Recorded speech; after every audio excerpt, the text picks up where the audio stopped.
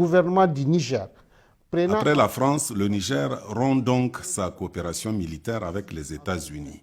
C'est une nouvelle victoire politique pour le CNSP et le gouvernement, et c'est assurément un cuisant revers diplomatique pour Washington, qui semblait pourtant assuré de pouvoir rester militairement dans la sous-région pour y jouer sa partition. Mais les dieux de la géopolitique au Sahel en ont décidé autrement, à croire que les États-Unis, à être trop sûrs d'eux-mêmes, n'ont pas un sixième sens.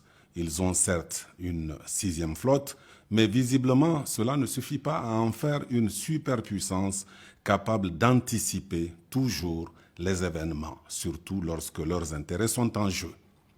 Ce n'est d'ailleurs pas la première fois que les Américains essuient un revers diplomatique.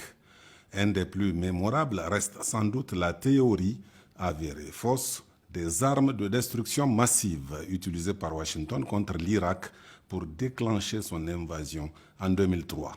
La suite, on la connaît, un tissu de mensonges cousus de fil blanc, et l'histoire donnera raison à Bagdad. Le pays de l'oncle Sam semble en effet plus enclin à faire valoir la force pour régir les relations internationales, oubliant au passage que ce sont les mêmes bons principes qui régissent les rapports mondiaux qui devraient présider à l'établissement des rapports entre États. Respect mutuel, égalité, droit à la souveraineté et au libre choix des partenaires, etc. En vérité, Washington devrait plutôt balayer devant sa porte avant de chercher à donner aux autres des leçons de morale, notamment en matière de relations internationales, de démocratie et de bonne gouvernance. L'on se souvient encore en effet du chaos qui avait terni en 2021 l'organisation de la dernière élection américaine, quand le président sortant, Donald Trump, avait lancé comme des meutes de loups ses partisans à l'assaut du Capitole, ce qui avait alors fait craindre le pire pour un pays pourtant présenté par ses défenseurs comme un des temples de la démocratie.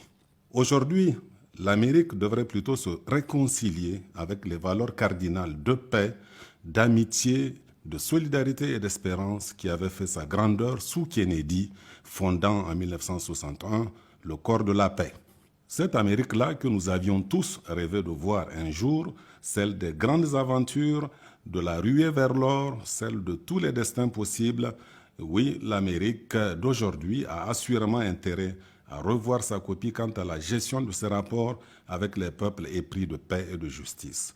Surtout qu'au Sahel, une donne nouvelle est née à laquelle nos partenaires devront bien s'adapter ou s'éclipser. C'est l'avènement de l'Alliance des États du Sahel, car sous la houlette de ses dirigeants, l'AES s'est souverainement tracé une voie dotée d'une vision claire, à savoir préserver ses intérêts propres et assurer pleinement le devenir du peuple souverain.